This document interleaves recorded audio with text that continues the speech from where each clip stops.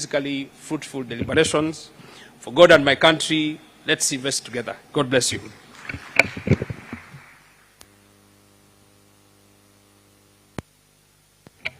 Ladies and gentlemen, it's my singular honor and pleasure to invite our chairman, Mr. Hanfred Zay, to come and give us his opening remarks. Please give him a hand of applause as he comes up to the stage. Thank you.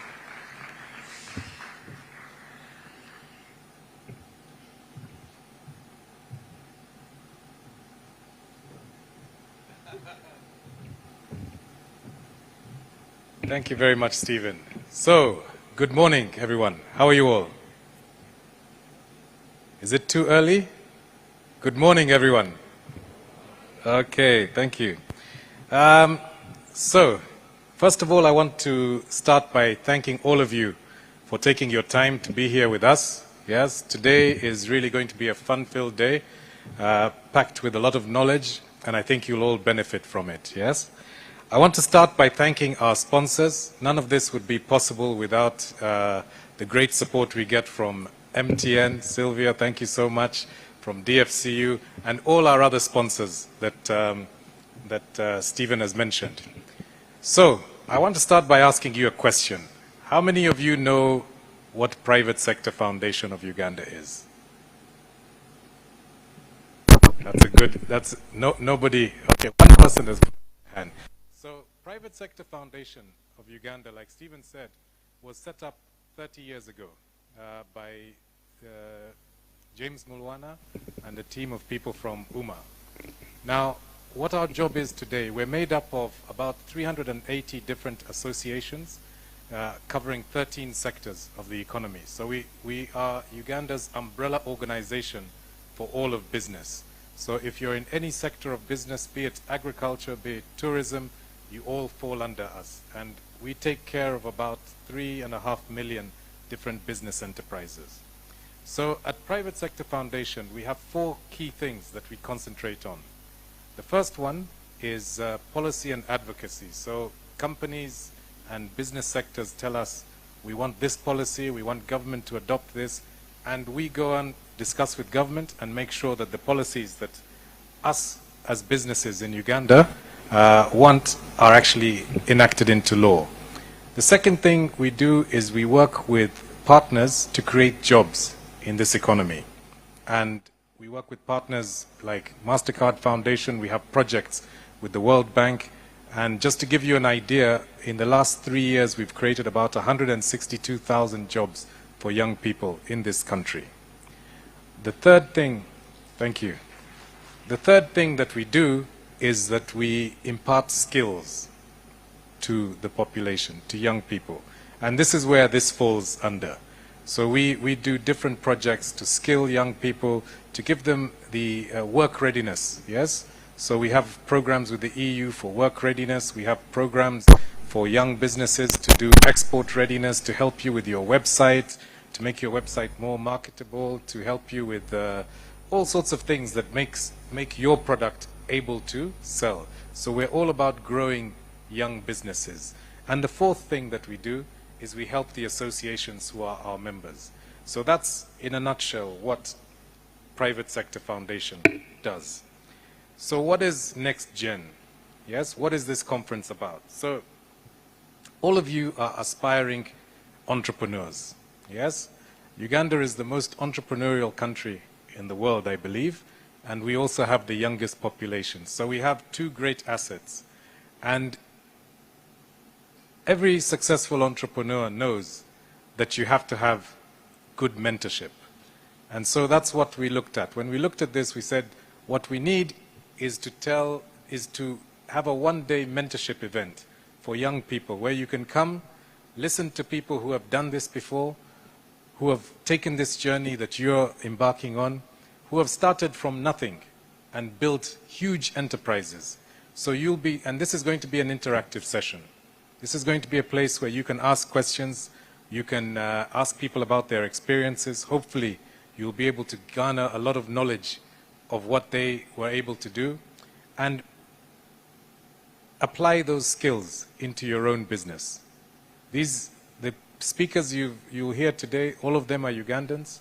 All of them have made their businesses in this economy in the same place that you're trying to make your business grow. Some of them, and what we've done is we've picked people from a diverse section of business.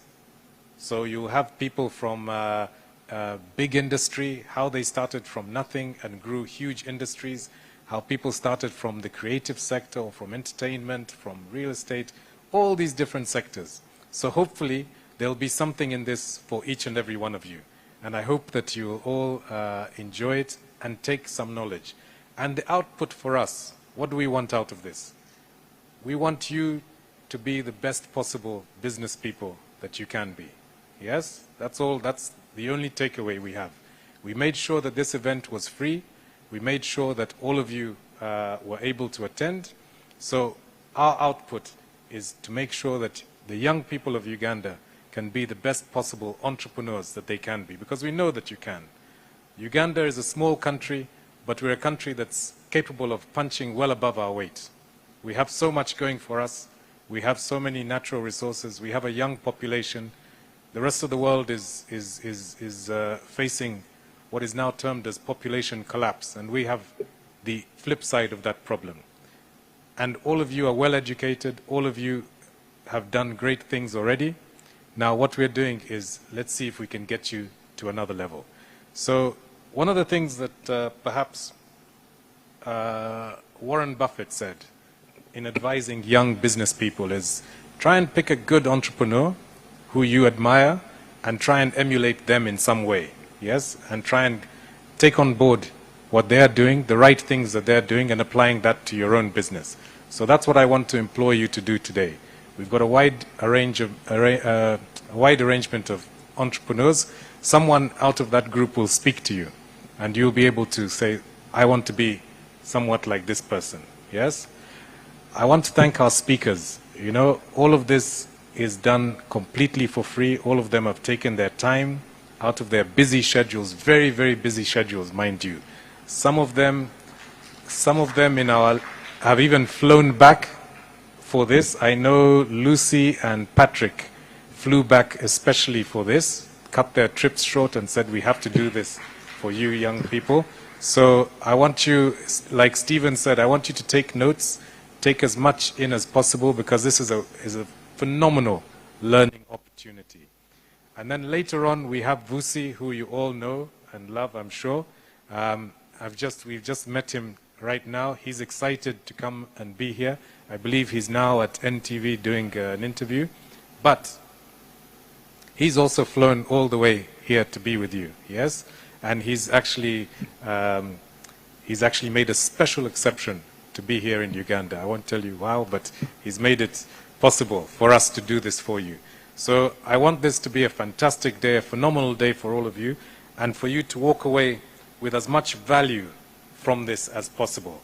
And again, what the aim of this is to make sure that we give you absolutely every opportunity to be the best possible entrepreneur that you can be. And on top of that, the Private Sector Foundation is there to support you. We are supporting so many young people in different ways, in different projects. So after this, go have a look at the website, see where you can be supported. Young ladies, there's a program we have called Grow, where we're giving very low interest loans to women-led businesses. Yes? So get the information, find out, and apply. Yes? So that you can grow your business.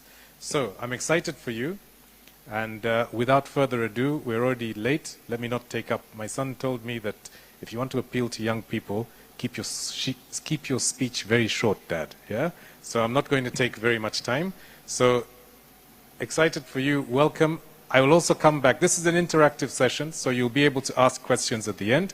And I'll come back at the end and we'll wrap this up and see how we did today. Okay? Thank you very much, all of you, and good luck.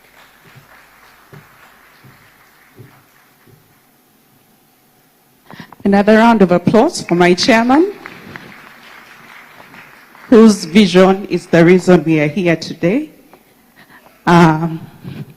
with the utmost support of our board of directors at PSFU. Thank you so much, Mr.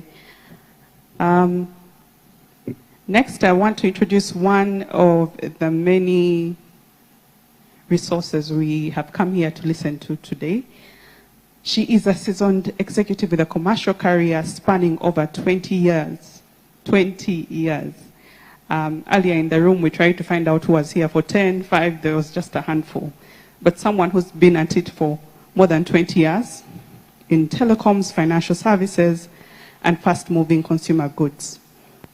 She serves as the chair of the MTN Mobile Money Uganda Limited Board, Masai Mara Wildlife Conservancies Association in Kenya, also a board member on several other boards, such as the President's Award Kenya, which is the leading youth achievement award in Kenya, equipping young people for life.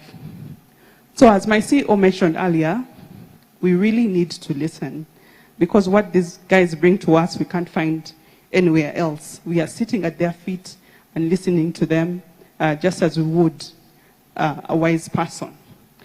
And so it is my utmost honor to invite the CEO of MTN Uganda, Ms. Sylvia Mulinge, who are also the sponsors, one of our lead sponsors for today's event. Please, another round of applause. Welcome home. Without to their support, we couldn't have made it here. To Wi-Fi everywhere.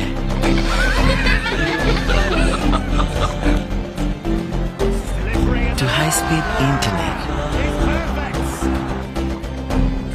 To security.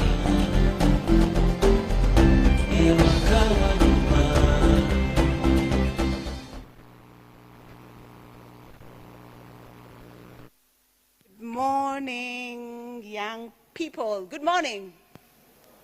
Oh, you don't sound like you're young people. You sound like you're old and you have not had breakfast, so you are tired and it's back end of the day. Can we get a little bit more energy in the room? Good morning. How are you feeling today?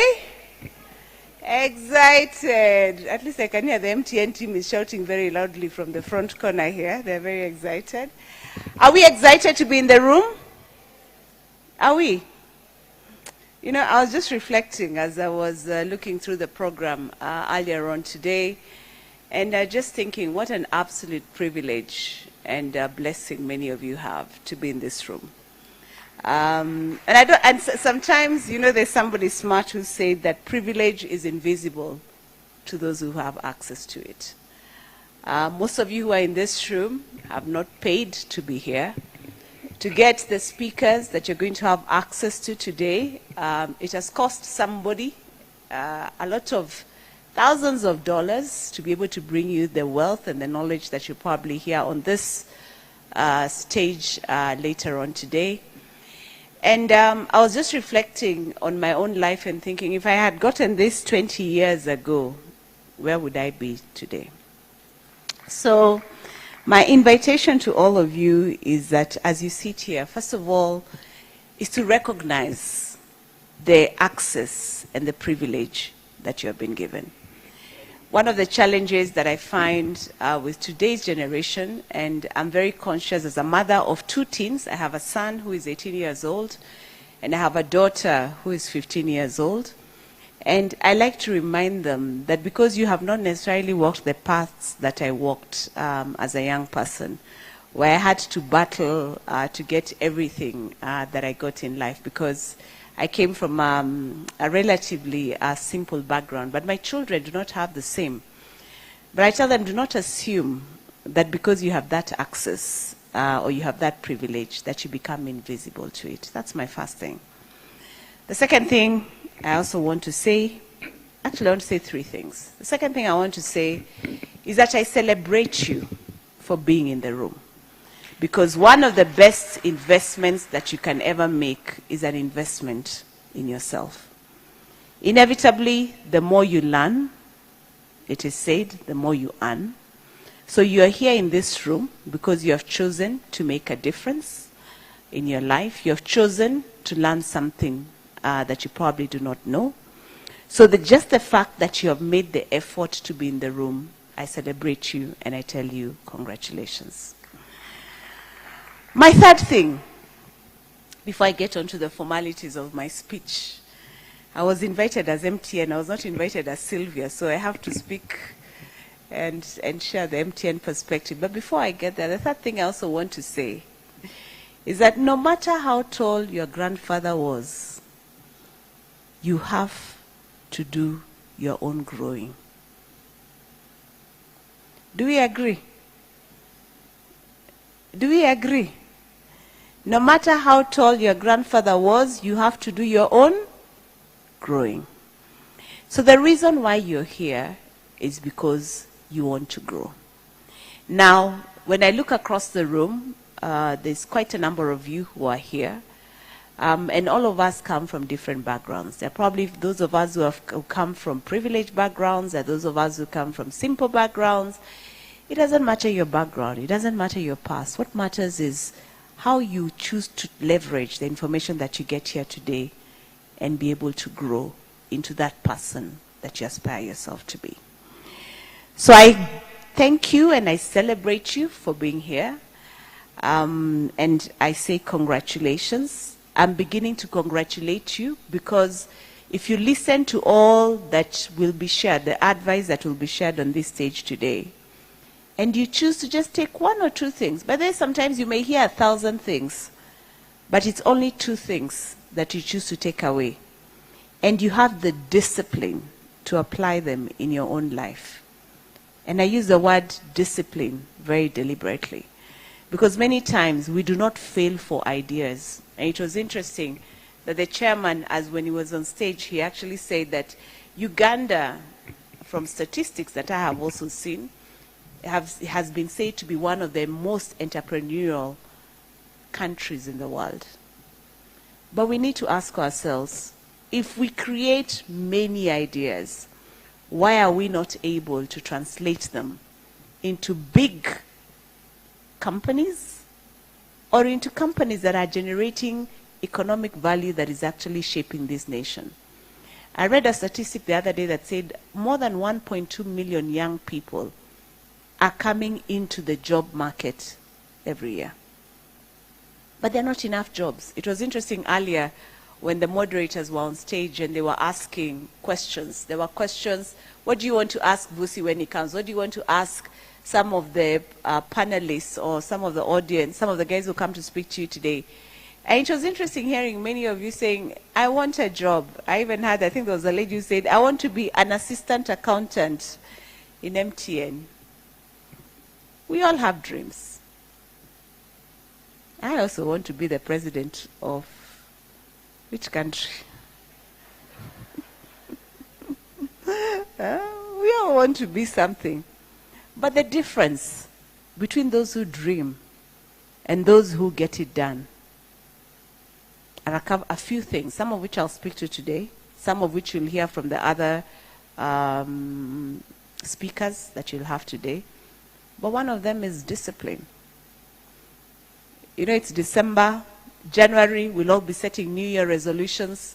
So probably now when you sit back and you ask yourself, what are all the things you wanted to do? And I ask myself the same thing. What are all the things that I said at the beginning of the year that I wanted to achieve? And where am I in that journey? One of the differences between what I wrote and what I've been able to achieve, the difference is in my level of discipline. I had Stephen sharing a scripture when he came up on stage, and I want to give you one more. Then I move on to my speech. It's a scripture in the book of the Proverbs. I read the Bible. It's my favorite book, my favorite leadership book. And Proverbs 16:32 says that he who is slow to anger is better than the mighty, and he who rules his spirit than he who can take a city. If you can't govern yourself, if you can't lead yourself, in spite of everything that you hear here, it will just be something that comes in and goes out because you don't have the discipline to be able to turn the idea that you have received into action. So of all the things that I say today, one of the things that I want you to remember when you write, at the end of the day when you ask, what did you learn from Sylvia? I would like you to say that you learned something about the power of execution that is laid on the foundation of discipline. ED, PSFU, chairman, the entrepreneurial captains in the room, my friend Charles, who is looking quite dashing today, our prospective youth entrepreneurs, ladies and gentlemen, good morning again. It is an honor to be here today as we celebrate the inaugural Psfu Nextgen 2024. And I want to invite all the young mentees who are in the room, if you could please stand up and clap for Psfu and the leadership of Psfu for believing in you and making this investment in you today. It's not many people that you will find, thank you so much, so many people that you will find who are willing to believe in the young people of this country. Many people will normally complain about young people and say, why are these young people not standing around this country? Why are they not becoming the leaders of tomorrow? But very few people actually take the effort or take the step to actually make that investment that will result in you becoming the catalyst that will drive this great country forward. I really celebrate the Private Sector Foundation Uganda for spearheading this remarkable initiative. Your commitment to empowering young Ugandans with tools and connections that they need to lead and innovate is inspiring and deeply aligned with what MTN Uganda stands for. So my commitment, Chairman, my commitment, Stephen, is that you can count on us to continue walking this journey with you. And I'm not making a political statement. All I request now is we start planning early for next year so that we're able to make this bigger and better and probably even explore how we can actually take it into the region so that it's not only the young people of Kampala who are benefiting from this, but we are actually able to leverage the distribution strength that we have, that DFCU have, and other like-minded partners in terms of ensuring that this message gets to the young people. At MTN Uganda, we believe Uganda's youth are the heartbeat of our country's economic future, and their energy, your energy, creativity, and determination will shape the businesses, industries, and define the solutions that will drive the next chapter of Uganda's growth story. I can tell you as an investor in this country, the organization that I represent, Uganda is a fantastic investment destination. When you also look at the outlook over the next couple of years, especially with the stable macroeconomic factors that have been in this country, they're not like many bigger or perceived bigger markets, especially in West Africa, where there's been a lot of oscillation in terms of how the macroeconomic indicators have been performing. The other day I was telling the Deputy Governor of the Central Bank, you know, the Bank of Uganda, the amazing work that they have done in terms of keeping the exchange rate stable, in terms of keeping availability of dollars in this country, which are fantastic indicators of an economy that is thriving. When you look at the perspectives that are there in the sectors of agriculture, of tourism, in the areas of oil and gas, there's a lot of foreign direct investments that is coming into this country.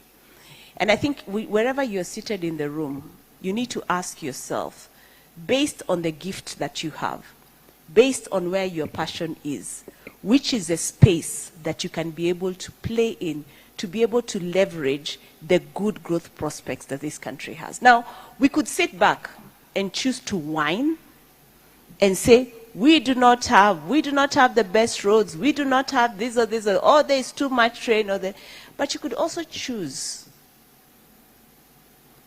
to do the difficult thing and look at the opportunities that are available in this country and ask, what part can I play in creating that change? Please remember, success is a choice. At MTN Uganda, one of the things that we like to say, and I was even telling my team yesterday, we had an evening town hall that ended quite late. And one of the things we say is that we live in the future and we build back what is missing. That is what is called moonshot thinking. What is that future that you envisage for yourself 10 years from now? There's someone I had in the room who said, They, I think, are running a company that has a turnover of $1 million. And when they were asked, what do you want to scale to? They said, I don't know, maybe 5 million, 10 million. It should not be a maybe. You need to be very crystal clear as you sit here. What is your vision? What is your moonshot? It cannot be hazy. It needs to be very specific, so that then you're able to track what are the specific things that you need to do to help you get there. What are the specific relationships that you need to build or invest in to help you get there? So live in that future. And I invite you, even as the next speaker comes, take a moment and scribble and write down, what is that future that I envision for myself 3 years, 5 years, 10 years from now? Project yourself there. Then figure out, what do I need to build back to? What do I need to build to help me to be able to get there? I can tell you, when you do that, it will help you define your choices. It will help define the choices of the friends you keep, the circles you go to, the conversations you have, the books you read, the things that you tolerate in your life, because you realize, if these things are happening in my life or in my current business, if they're not translating me to that vision that I have seen, then there is no need for me to get involved in them. So from that perspective, at MTN, we believe that everybody deserves the benefits of a modern connected life. So one of the ways that we have invested in the young people and the young entrepreneurs is by running different initiatives that drive digital literacy, that also create a lot of an awareness and skilling. And you had Psfu is also doing a lot of skilling work, which is remarkable, around financial management and business development through initiatives like the MTN ACE initiative, our digital access program, our digital literacy program that has trained nearly 5,000 young people since 2022. And all these are part of our broader commitment to building a digitally empowered and entrepreneurial Uganda. So our being here is not by mistake. Our being here is a choice that we have made because we believe in the young people of this country, and we know that together we can be able to make a difference. As I summarize, I want to tell all the young people who have made a choice to be here today, this is your moment. This is your time. Events like these are rare opportunities to learn directly from leaders who have walked the path that you're starting on. Their stories are a gift to you. Their experience is a gift that they have given you, because they're basically telling you that you don't have to walk this path or take this long to be able to get to that moonshot that you have defined in your mind. So I invite you, as you sit in this room today, and even after you leave, to be curious. It is Steve Jobs who said that famous statement, stay young, stay foolish. What does that mean? When you stay foolish, you're willing to be curious, you're willing to raise your hand, you're willing to increase your agility to learn new things, you're willing to be resilient, because you understand that even as you draw these plans, there are many challenges that are with you today. But you're looking to learn from the people who will come before you to figure out how do you adapt to them and make yourself agile, because that is what will define your success. I invite you to build networks. Do an audit of your network and which circles you're in, and not just physical circles, but also digital circles. The amount of time that you spend on digital platforms, social media, is it for entertainment? Entertainment is good. But how much of that is for education? How do you educate yourself? My son and my daughter nowadays, when I ask them anything, they go to TikTok. But they go to TikTok because they find entertainment there, but they're also learning. So what are you learning every day? Every day make some time and ask yourself, can I give myself 15 minutes to learn something new about my business, about how I lead, about how I stay resilient, about how I keep winning. And then finally, act with purpose. Because ultimately the people who focus on solving real problems and creating value for their communities, that goes beyond just thinking about the profit that they generate. Those are the people who will be remembered and who will create a true legacy. To the organizers, the partners, and especially the young people here today, thank you for being part of this great journey that the Private Sector Foundation has started. I love the title Nextgen. We are creating a next generation with the people who are in this room. At MTN, we believe in an unstoppable Uganda that is powered by the brain power that is in this room, by the young minds that are in this room, and the support of all the partners who are here. And we thank you for your support every step of the way. So over to you. You're writing your book of life. Many of the chapters remain unwritten, but I hope some of the nuggets that you'll pick up from today will help you pick up your pen and choose the words that will script the ultimate book of your life when we get to read it. I hope it will be impactful. I hope it will be memorable. And I can't wait to hear the personal stories that we are created out of today. God bless you all. Together we remain unstoppable.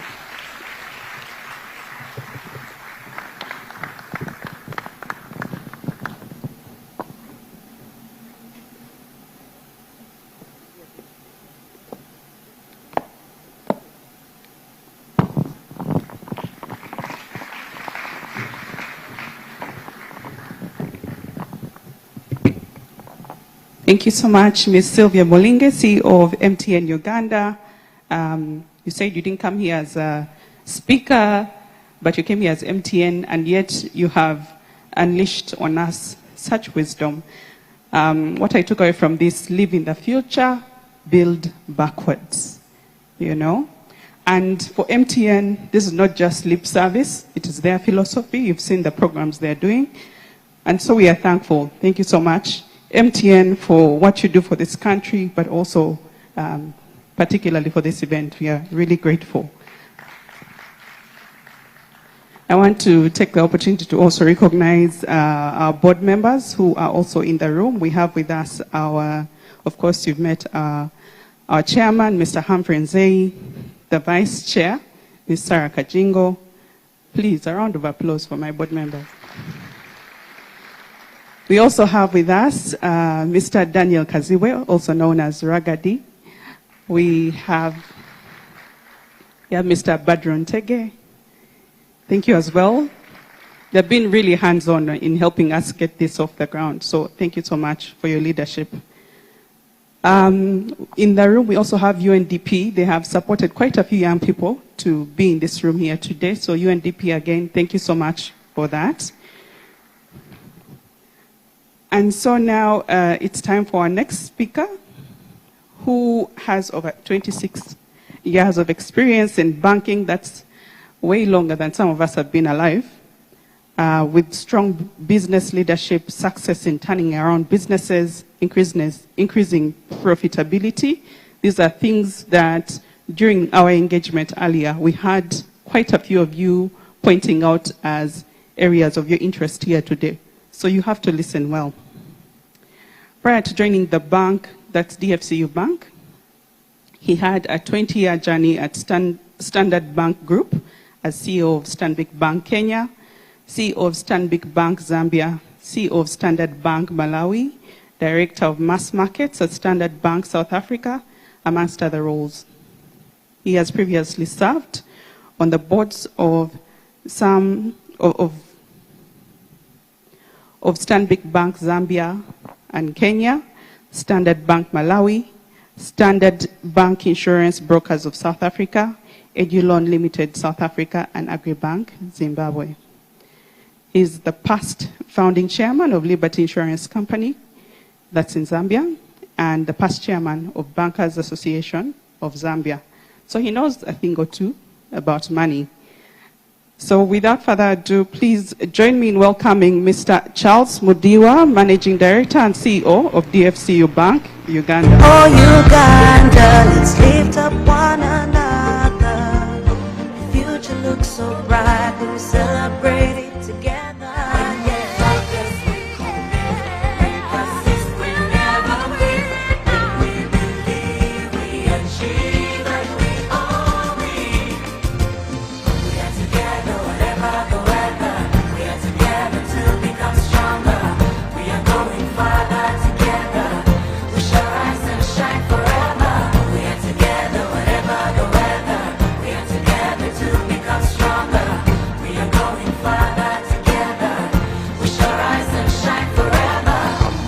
With 60 years heritage, DFCU Bank is partnering with you on your journey to achieving even greater heights. DFCU, going further together. Good morning, how are we doing? We okay? At the back, can we hear you? You good? Great. It's lovely and wonderful to see all of you here today and just coming to join us to have this conversation. All protocols observed. I want to thank PSFU for organizing this, and as my good friend Sylvia has highlighted, for believing in you. Many of us grow up with very few people who believe in us, and it's a wonderful experience and a wonderful opportunity when you actually get some people who believe in you. Not just believe in you, but take action in so doing.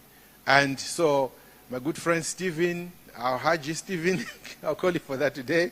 Thank you for, and the board, Humphrey, and the rest of the directors, and MTN for believing in young people. When you get a whole group of CEOs who have big companies they are running, taking time to come and sit here and share their stories with you, but more importantly, listen to your story, that says a lot. That's commitment. That's belief. I'm just going to share a few kind of stories about entrepreneurship and what it means for us. Can move to the next one.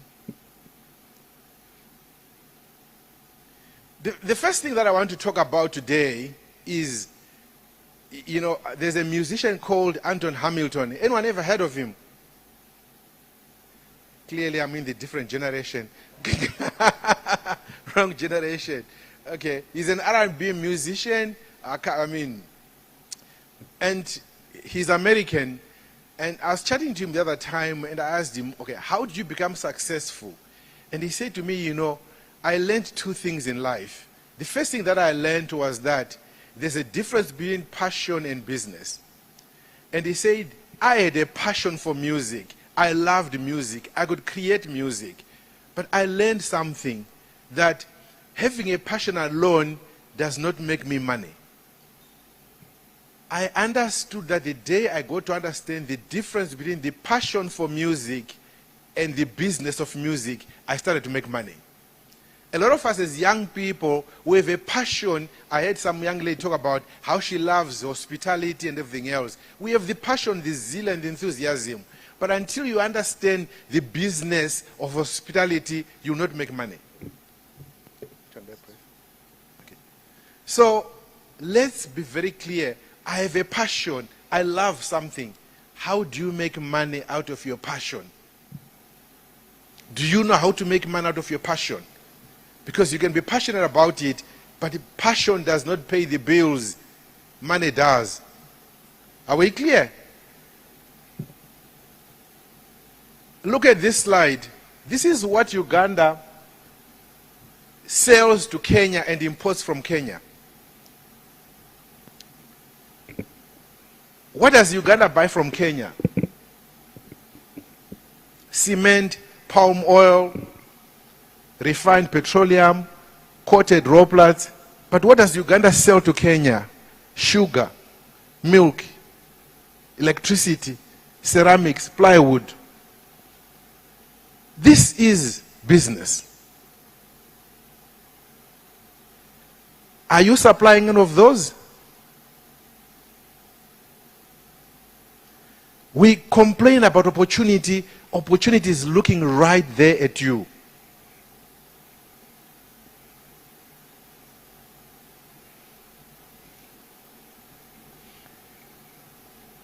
Tanzania is Uganda's largest trading partner in the region. See what Uganda is importing from Tanzania. Rice.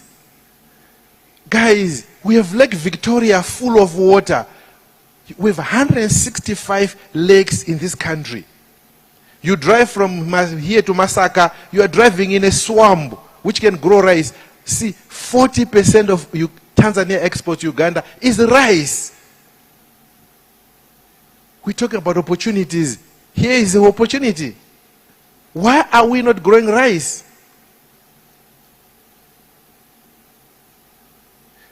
I heard people looking for a job here. There's a job, grow rice.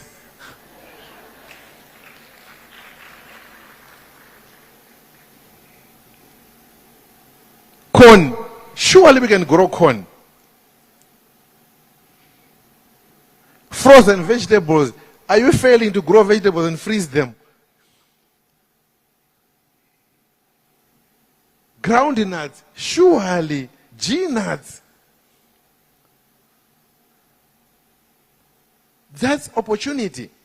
So for us as young people, we say, what do we need to say? Then of course of the iron, but we're also selling a lot of iron to Uganda, to Tanzania. Raw sugar, we're selling raw sugar to Tanzania. Those are opportunities that we have that we can do that. Can you even imagine we're exporting hair products to Tanzania? So I can see a few long hair here, perhaps there's opportunity too. South Sudan, can you imagine?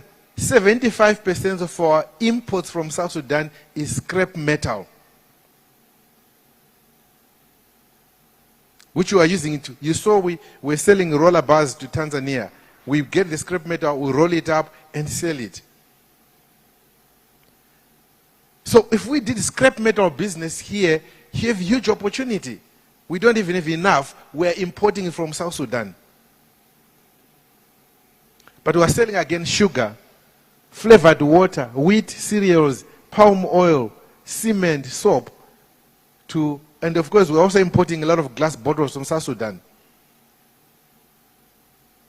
So, when we talk about entrepreneurship, it's recognizing an opportunity, seeing it, and getting into it.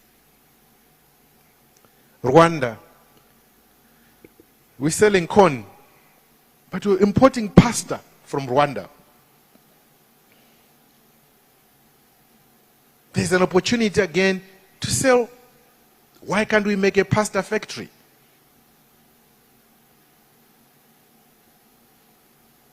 That's business.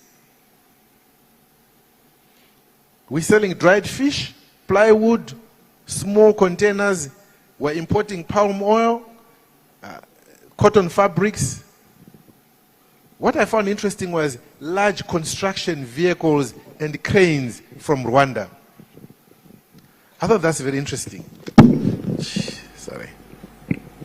Oh, sorry. Thanks. Okay.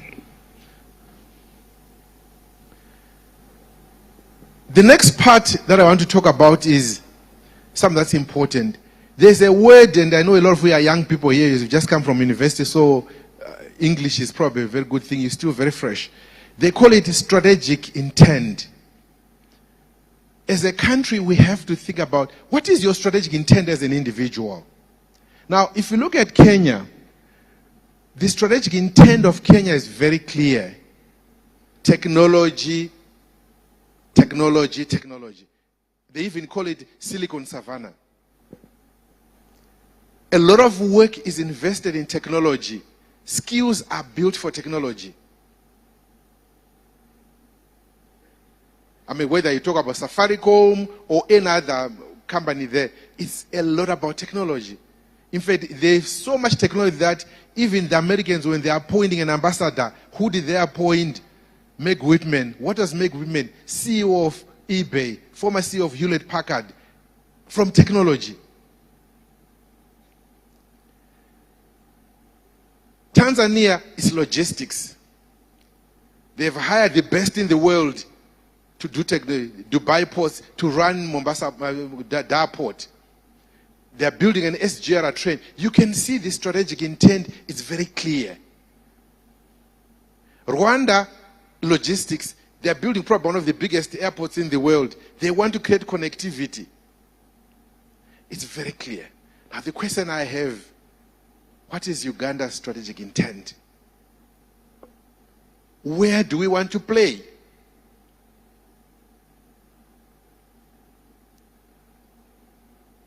Now, we have a number of areas that are important for us. So we could say we can play in natural resources, we can play in location, we can play in a population, tourism. But I always say to people, when I get guests coming here and they see me, the one thing that Uganda, everybody talks about Uganda, is water.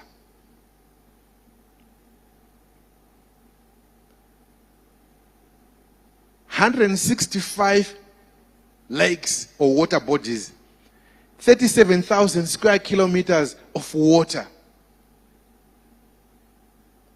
The war in the Middle East is being fought about water. The war in Russia is about water. And here we are with the water which we don't even know what to do with.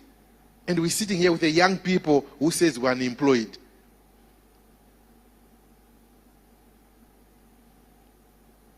Second strategic advantage, young people. 78% of the population under 30. Europe is struggling with old people. Here we are struggling with young people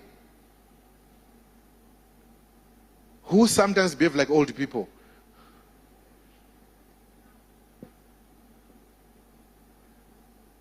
How do we come up and say, water, water, water? What can you do with the water? You can grow things. You can export it. If you see all the exports that we're selling there, we're importing rice, yet we've got water. We're importing corn, yet we've got water. So we're asking about entrepreneurship.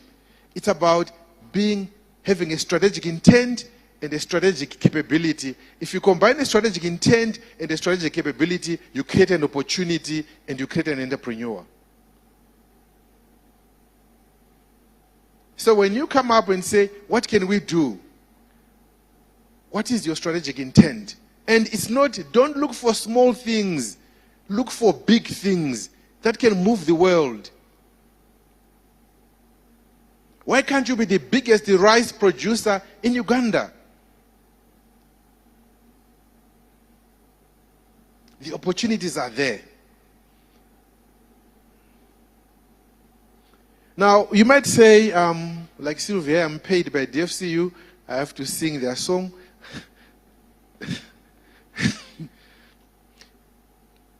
What can DFCU do for you? And we sincerely believe in this. The first thing is that for us, is we have an enterprise development function in the bank, which is run through our foundation, or we call it Agribusiness Development Center. Organize yourselves in groups. We are willing to come and train you on business skills, because that's the first thing you need. I've got a business plan, I'm willing to do. Come and see us. 2, we'll give you business advice or a mentorship. We're willing to do that. We hire graduate trainees in DFCU. We hire interns in DFCU.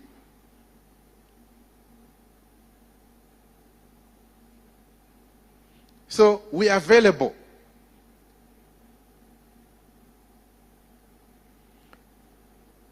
3, we've got women in business. So if you're a woman and a lady here, you have opportunity to have access to support from us. We give you business advisory, and we've got women in business, and we're here to support you. We've partnered with PSFU here. We talked about grow funding. Yes, there's short of money at the moment, but we have got a facility that allows you as a woman to get money at 10%.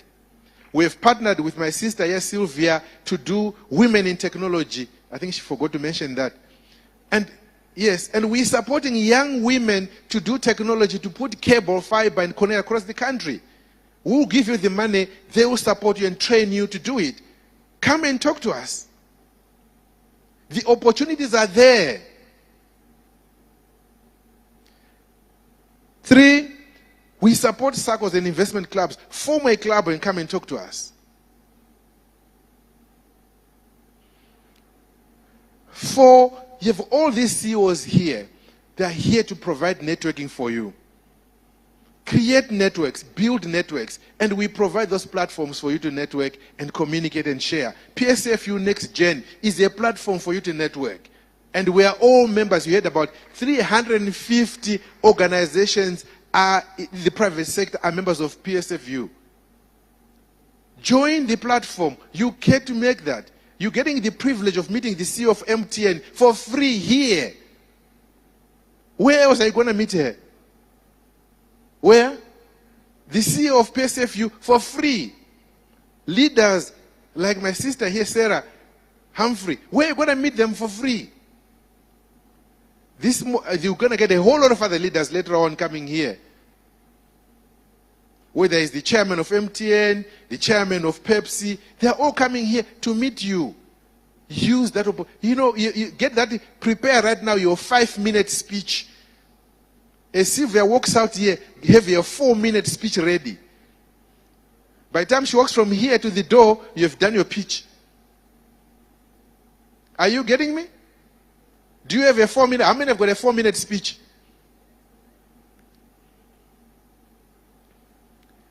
Five, DFC will support you with banking.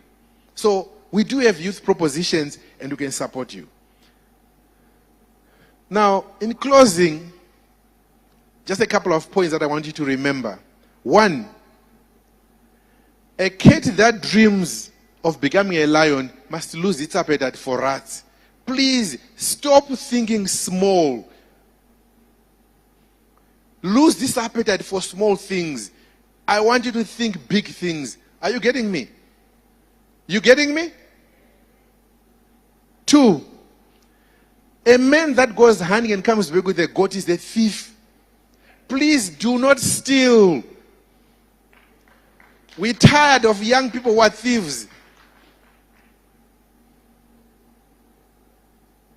3, if you marry a monkey for his money, the money will get finished, but the monkey will remain.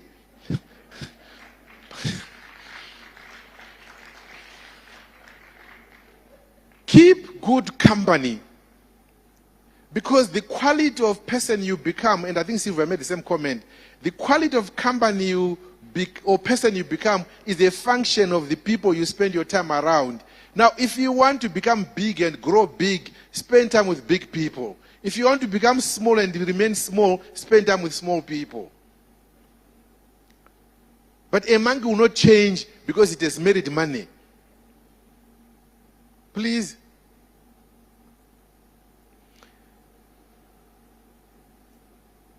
I'm done. So those are my concluding remarks. I just want us to be ready and to say we can do this. Now, how many of us were in Northcote Hall in Makerere? Northcote. Northcote, come to the front. Northcote, come on guys, on Sibirwa as they call it now. Northcote. I thought you were energetic. You know you might get money. Come.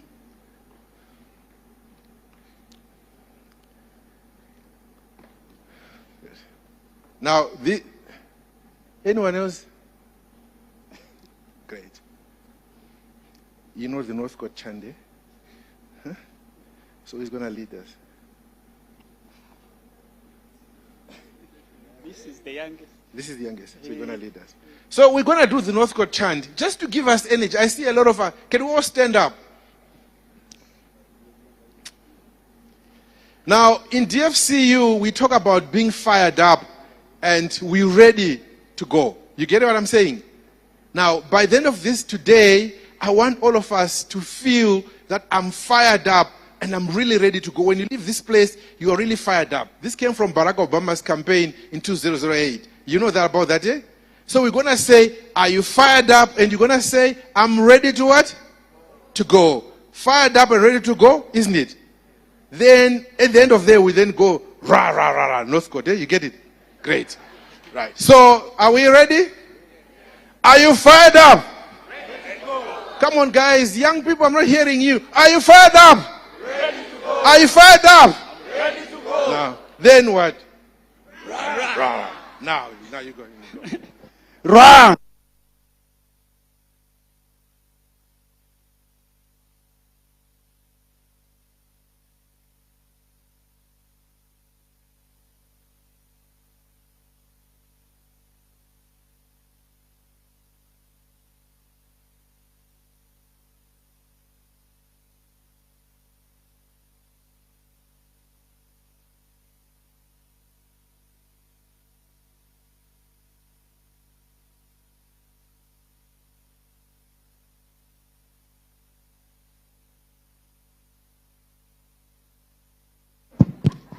Another round of applause for Mr. Charles Mudiwa,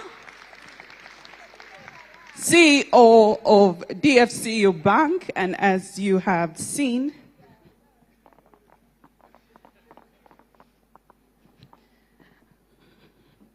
he has laid out all these opportunities for you. So you have no excuse, no excuse. Those who are looking for jobs, the jobs were right there, right? Thank you so much, Mr. Mudiwa. Thank you for sponsoring this event. Thank you for your commitment to enterprise growth in Uganda. We are truly grateful. Before we proceed, I would like to invite you back, Mr. Charles Mudiwa, along with our chairman, Mr. Humphrey Nzei, and Ms. Sylvia Mulinge.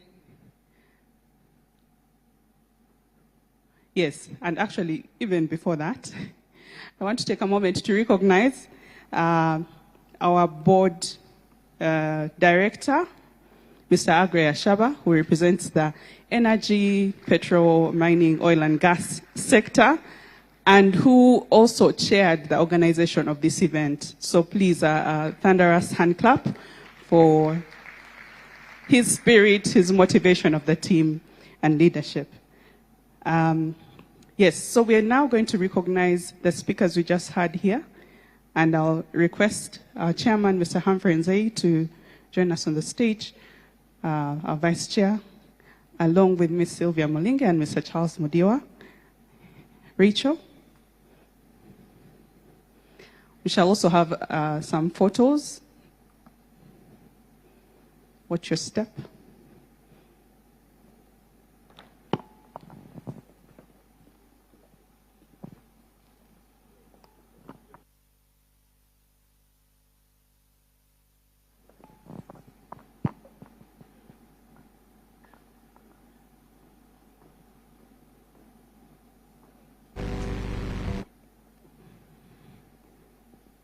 MTN Uganda, a key sponsor for our event today. Thank you so much, Ms. Mulinge and the team at MTN. And to DFCU Bank as well.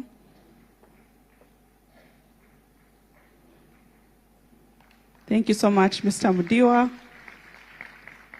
for your continuous support to the private sector, especially to growing businesses. Thank you so much. Another round of applause for them. Thank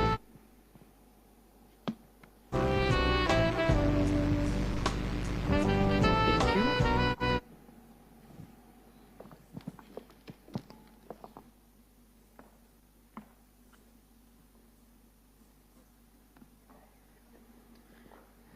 Thank you so much, Cecilia, and to, of course, our key sponsors. We're looking forward to, the partnership next year. As Sylvia rightly said, the conversation starts now. So the team, we know to start the conversation now. Okay. I'm going to have to ask, because the next conversation is our panel, our first panel for the day. I'm going to ask them to walk with me because I've noticed the stairs are those of love. We have to hold each other. So if my panel can come up, and we'll work together, and then I'll do the honors of introducing each of them once we've sat up. Even before you get to know them, I already know you know some of them. Round of applause as they get the courage to come and share about their great businesses, great ideas, and the things that they've gone through, what you can learn from the years they've done business, the categories of businesses they're in. I survived. I made it. Yes. I actually have a very, very interesting panel. I'm excited for you to get to know them. Some of them you've seen, their profiles, their businesses, but today you're going to get to know them a little bit better. It's free sitting, so you either avoid each other or sit with each other. It's any way you can. Oh, great balance. Okay. Just to check if the room is still with us, and we have lost our appetite for rats. Good morning, everyone. Ratata, yeah, we're here. So, again, if you're just joining in, I see the room crowded in a bit, which is good. We're filling in. I'm Flavia Tumsime. If you're not here earlier, I'll be one of your hosts, but for this particular session, I'll be moderating the panel.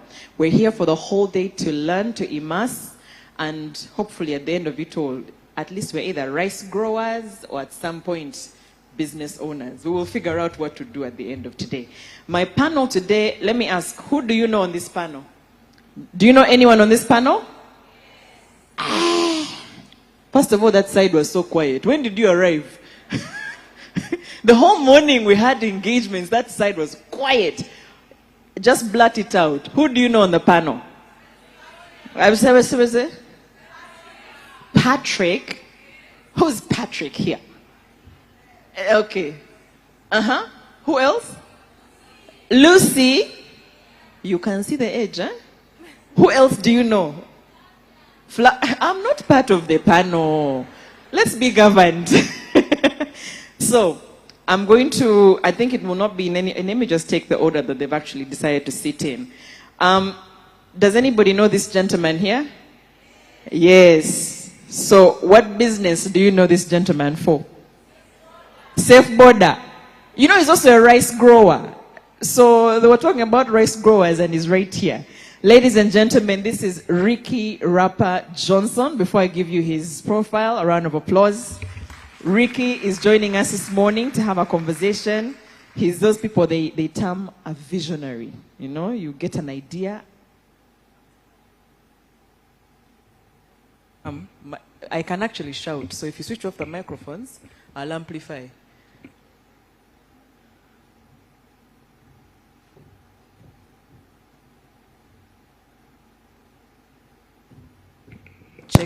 Check mic. We're here. So yes, I was saying Ricky is a visionary. You are correct. He is one of the co-founders of Safe Border. How many have used Safe Border? How many are still using Safe Border? The hands didn't go down, they increased. You know that Safe Border has something else? Safe what? Ricky, you're in the right room. Yes, and what you'd call him is not just a visionary, but an entrepreneur, someone who's got an eye for business and an eye for scaling. Because we want to hear Safe Border is in not just a business, but also a business on the innovation side of things. And in the room before you walked in this morning, a lot of people were talking about, innovation, development. I have an idea. I scaled an idea. So also what the challenges are, especially in a country like Uganda, where the internet penetration is still very low and things like that. So, ladies and gentlemen, Ricky Rapper Johnson, we look forward to hearing from you. And I'm going to skip one person and introduce the men first. It's gentlemen first, isn't it? For today, since the women are more than the men, we'll give them a chance to also shine. That is indeed, as someone pointed out, Patrick Mbonye. Patrick is the CEO of Q Sourcing Softech, and he's passionate about driving impactful change. And his business is really about the ecosystem, supporting systems that is in human capital management. And the company or the group is in how many years, Patrick? 18 years. And we all said in this room, nobody has, I think there were like 2 or 3 people who had a business that is even 10 years plus. So we have a lot to learn from you. And, you've over 35 years of experience in financial services, real estate, agribusiness, logistics, and so much more. So diverse experience and in many categories. Look forward to learning from you, Patrick Mbonye, for this conversation. And then I'm going to introduce to you, yes, I will make her last, but it's not intentional. I have Gloria Katsime, ladies and gentlemen. How many of you this morning had coffee? Who drank coffee?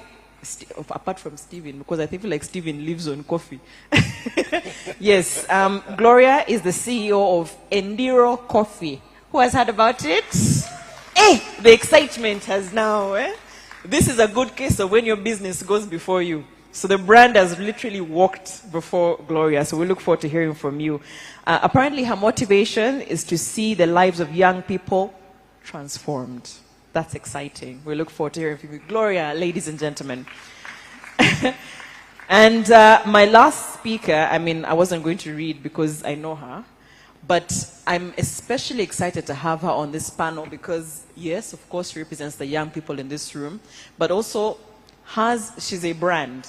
It's hard for young people to be told, go into business, when they feel they are the business. They are the talent. It's in their mind they can do it, and they have no idea how to make that work. But luckily, we're in a world where that's possible. Ladies and gentlemen, Lucy Smize, or Lucy Bunyanyezi. Yes, she's multifaceted. She's a content creator, a marketing consultant, an entrepreneur, and she's all-round talent. So what she does for you is to transform different, she's in tourism, she gives you information on many other things as she creates content, but it's to bring it to life. Something that was so ordinary, a product or a service, and she brings it to life. So how that has become a business, which I know a lot of you will be very interested to know. So Lucy Bunyanyezi, some of you might be hearing her government name for the first time. You know her as Lucy Smize. So I'm going to get to know this panel, but as long as you're here, you're also going to get to know them. I thought the first question would be, since the entire panel is about starting and growing a business, we want to know how they started. How they started. So, Ricky, we kind of know the story, but I want you to give us the version that people in this room will get to know and brag about. Where did we start?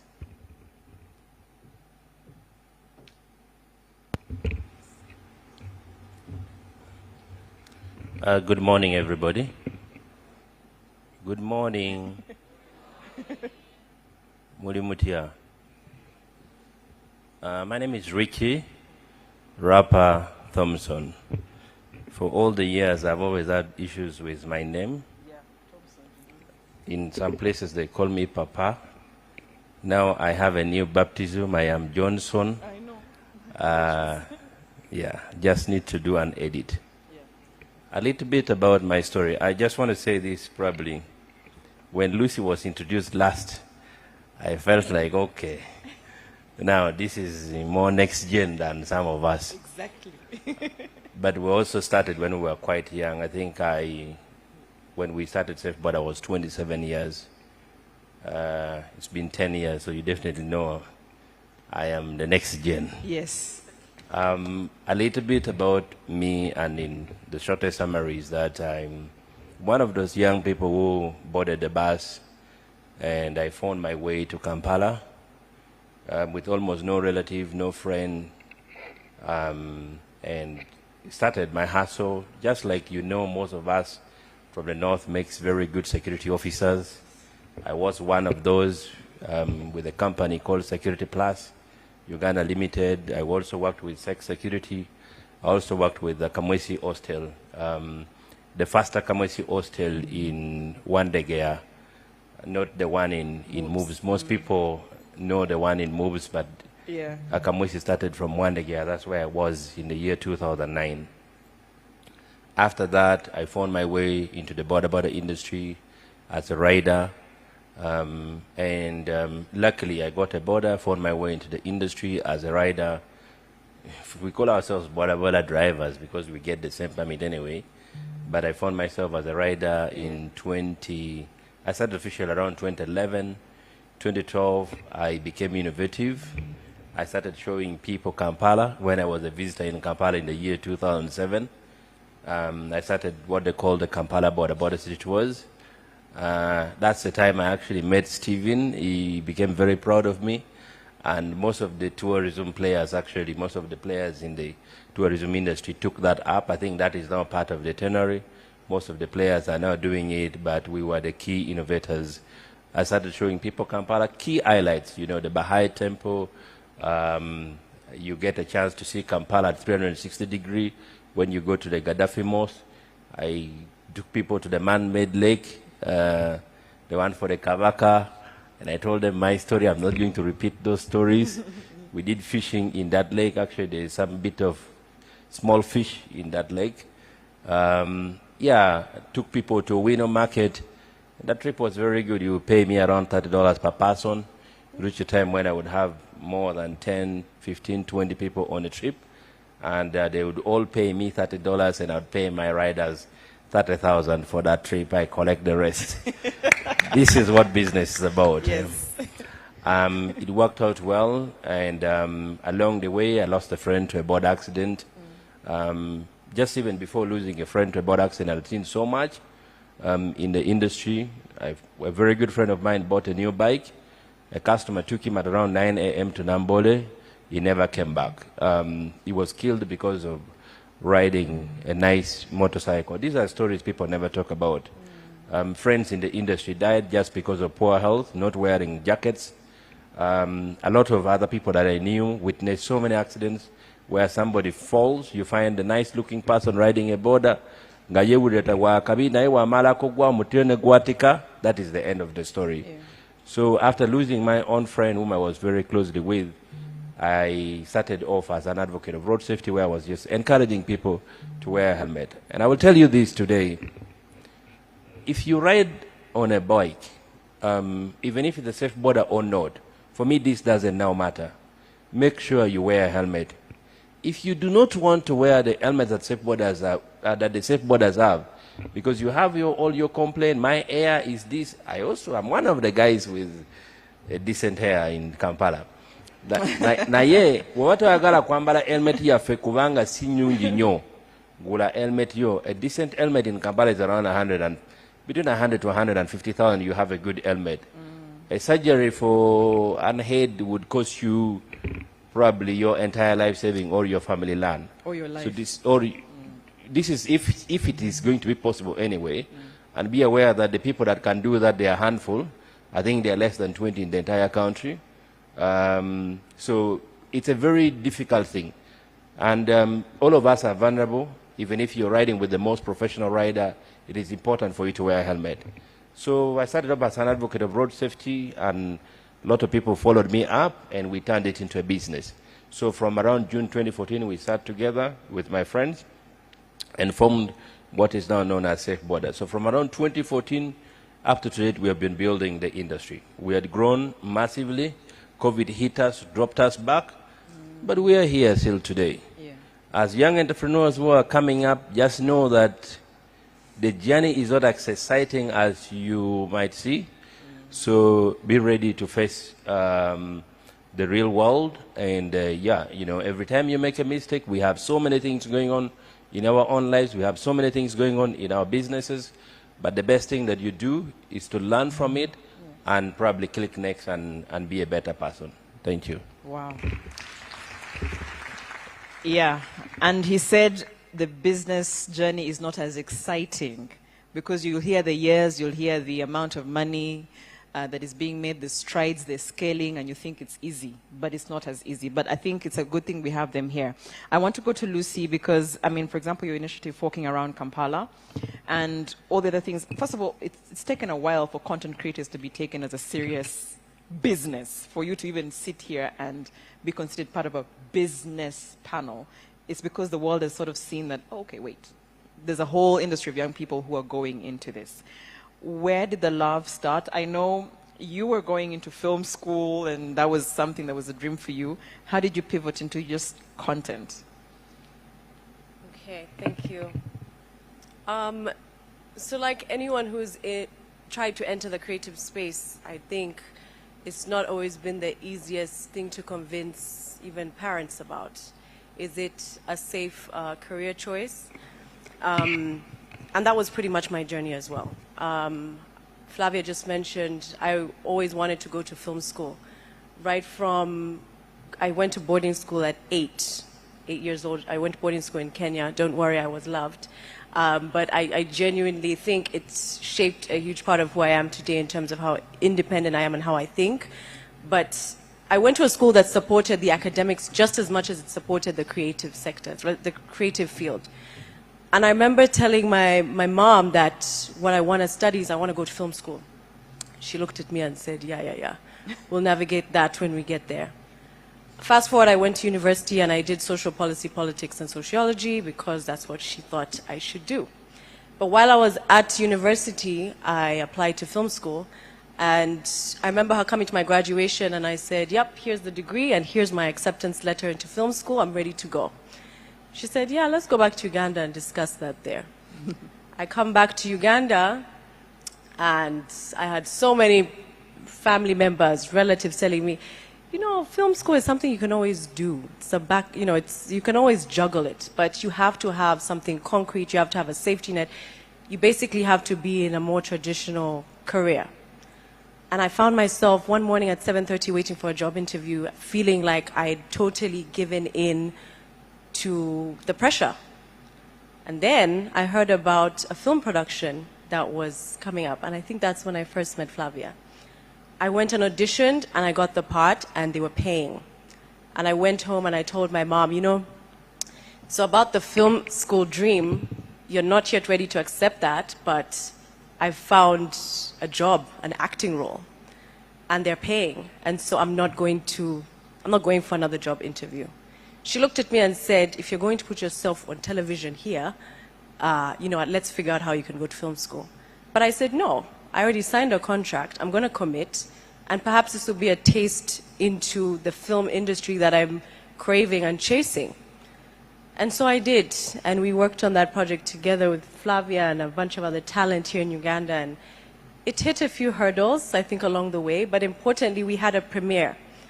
And I remember my mother coming to that premiere and being shocked because this was a production she didn't think was done in Uganda.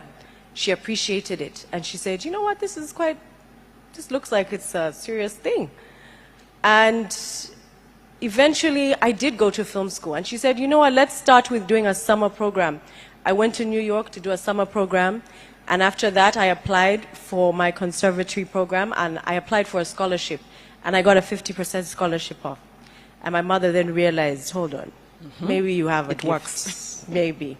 So I did that, stayed in New York for about 3 years, and eventually, my plan was to always come back home, contribute to the industry, but while at film school, I was doing acting for film, but I still had to learn how to direct, I had to learn how to screenwrite, I had to learn how to edit, and of course at the time it seems monotonous to have to learn all these skills that bring a production together, but I later found that it benefited me when I came home. When I came home and I started navigating the film industry again, I started creating content just from basic editing skills I learned, and being a foodie, I was that friend in my friendship group where they would say, Lucy, I'm going to eat, what should I order on the menu? I created Forking Around Kampala, which was a platform that was going to showcase where to eat, where to dine, where to, you know, find food in Kampala. And at the time, the digital marketing space was not so big at the time. Influencer content creation was not huge. But within the first 4 restaurants I featured, I monetized. And I stopped and realized, now while the film industry is growing and this industry is also picking up, I started earning more from this industry. And that sort of led me into finding a way to still do visual storytelling through travel, through food, through lifestyle, but also celebrating the culture of Africa and Uganda. And that's how I've managed to navigate this space, and going from not just being the face, but also now consulting through digital marketing and helping brands maneuver how to understand the power of social media marketing or digital marketing. And yeah, I hope that's a long-winded answer, I think. But Thank you so much. She's talked about her passion and how important it is to skill around your passion. It's one thing to want to be at film school and to learn all those things, but equip yourself around it. Yeah. Don't just say, I'm just an actress. Edit, produce, learn the scripting and all of that. I'm guessing your story, Patrick, is obviously way different. You did not go to New York for film school. So a few years ago, what was the start for you getting into, you know, human management and just, innovating around that? I didn't go to film school, though I tried drama. You tried drama, okay. Yes. So, as you mentioned in the intro, I have been involved in enterprise since I was 15 years old. This year I celebrated 50, so 35 years ago. Yeah. Then I was looking for an extra penny because pocket money was very scarce. They would basically get you a tin box full of clothes and soap. And then you go and, you know, they've paid school fees. There's food at school. What else do you want? Yeah. And the pocket money was always just in case. So I saved on my pocket money, and that was 1990, when I was in my S4. So built up, you know, some savings, and that time Uganda Waraji was only accessible to the elite. Okay. So I thought that I've seen many people drinking this drink, so I'm sure if I got my hands on some, I would sell it and get a profit. I don't know if that's where we saw the story going, but I was a bit worried there. Yes, so Yes. my mom had a shop, so I would always see that, you know. It was a fast-moving consumer goods. Yes, you sell some things and you get some money out of it. But of course, it was illegal for me to do that. So I, using my money, I bought the first carton of Uganda Waraji, and I headed off to the east. Got onto those, not the borders with engines, but the cycling ones. Yes. And put my box on, tell the border rider to carry the box. I will cycle because I couldn't risk my goods. And so we went distributing to the hotels, and we're selling at double the price. So double? Yes. Uganda Waraji was difficult to get, so you had to pay premium. So the lesson for me there was doing business for the money. Yes. 4 years later, I was now at university in 1994, and again I heard about the opportunity there was no food in Kigali, Rwanda, because the war had just ended. Yes. And the only food that was there was WFP, World Food Program, and I was like, there's this UHT, it's long-lasting. Yes, the milk. Yeah. I don't think many know it. Yeah, the yellow little box. Yes. So again, from my savings, carried the first carton, and I would always make sure I did a quick turnaround. Load the goods, go, distribute it, get the money, come back, and be ready. Sleeping was on the bus. Okay. So then I built.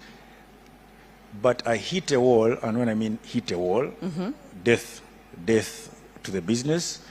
I built up so much capital that I was able to load a small pickup truck, headed to Rwanda. At the border, there is 3 trailers loaded with UHT.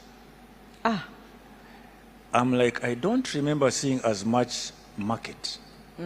So one of us has to hit the market first. Yes. Yes. So I did all... And you're not the big player at that time, obviously. Absolutely not a big player. Yes. So I made sure I got this little pickup of mine past the border and asked the revenue guys that you need to check those guys. Because what they're bringing in, you know, is it only milk? And then as I left them answering that question, I raced to Kigali. But lo and behold, the truck phoned me. And that ended my business. Oh.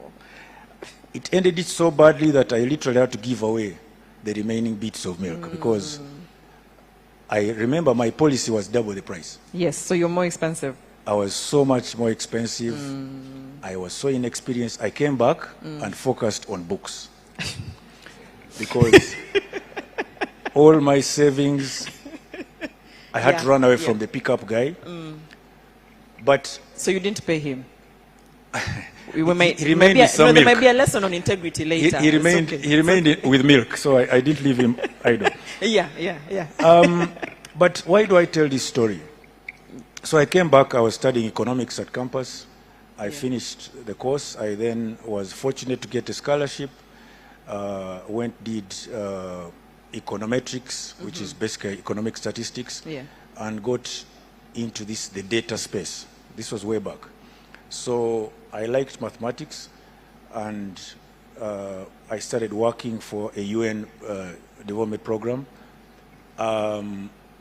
Because of my economics background, I always remembered the 4 Ps, people, place, product, and price. The price,